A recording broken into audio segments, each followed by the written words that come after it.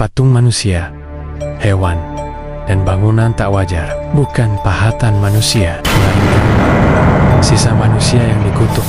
Jauh sebelum Nusantara mengenal kerajaan besar, hidup seorang manusia bernama Serunting Sakti, yang kemudian dikenal dengan nama si pahit lidah. Ia bukan monster, bukan pula makhluk gaib. Ia manusia biasa yang dikhianati berulang kali oleh manusia lain. Serunting Sakti dikenal sebagai orang sakti, namun ia hidup miskin dan sering dihina. Di masyarakat lama, itu adalah aib. Ia disebut tidak berguna, orang berilmu tapi tak mampu menghidupi diri. Penghinaan ini dilakukan di depan umum, bukan diam-diam. Di pasar, di balai dasar, di depan keluarga. Dalam budaya lisan, ini disebut mematikan martabat seseorang hidup-hidup. Horornya bukan pada kata-kata, tetapi pada diamnya orang-orang yang mendengar dan ikut tertawa. Serunting Sakti masih percaya pada saudaranya sendiri, si Mata Empat. Suatu hari, si Mata Empat datang. Ia berkata, "Aku tahu kau orang berilmu, tapi dunia tidak hidup dari ilmu saja. Serahkan hasil jerih payahmu padaku. Aku akan mengelolanya, kita akan hidup layak." Serunting ragu, namun ia melihat ini bukan orang lain, saudaranya sendiri. Maka ia menyerahkan hasil kebunnya. Si Mata Empat tidak pernah berniat membantu. Ia justru menghabiskan harta itu, menyebarkan cerita bahwa Serunting mudah dibodohi, menjadikan kisah itu bahan tertawaan di kampung. Bukan sekali, tapi berulang. Malam itu, Serunting berkumpul sekadar melepas penat. Seseorang yang ia kenal menuangkan minuman untuknya dan berkata, "Minumlah, kau orang berilmu. Jangan selalu hidup dengan kepala tegang." Serunting menolak halus. Ia jarang minum.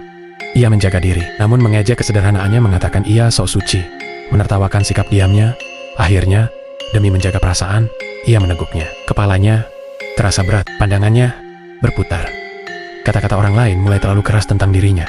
Katanya, "Beginikah orang sakti?" Katanya pintar, tapi tak tahu sedang dikerjai.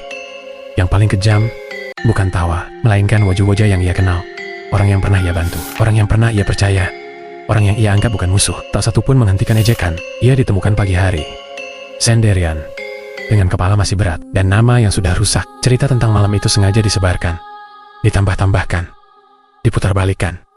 Sejak hari itu, ia tidak lagi dipanggil dengan hormat. Namanya disebut sambil tertawa. Keilmuannya dianggap bahan olok-olok. Mulai hari ini, siapapun yang menyakitiku akan merasakan akibat dari kata-kataku. Ia berjalan melewati kampung dengan penuh amarah. Seseorang berseru keras, "Itu dia, orang sakti yang kalah oleh kendi minuman." Melihatnya marah, orang-orang tidak berhenti. Mereka terus mengejeknya. Salah satunya berkata, "Kalau kau sakti, ubah kami jadi batu." Mulut kalian keras, hati kalian membatu, maka jadilah kalian seperti itu. Seketika, semua orang menjadi batu. Mereka menjadi batu dengan wajah terakhir yang sama, seperti saat ia menertawakan Serunting Sakti.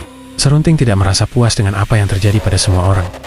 Ia menyadari, tidak ada satupun kata yang bisa ia ucapkan lagi tanpa membawa kematian. Sejak hari itu, ia memilih mengasingkan diri. Bukan karena takut pada manusia, melainkan karena takut pada dirinya sendiri. Sejak saat itu juga, dia dikenal sebagai si pahit lidah, karena kata yang keluar darinya menyisakan kematian yang pahit. Konon, batu-batu aneh di tanah Pasemah, Sumatera Selatan, patung manusia, hewan, dan bangunan tak wajar, bukan pahatan manusia, melainkan sisa manusia yang dikutuk.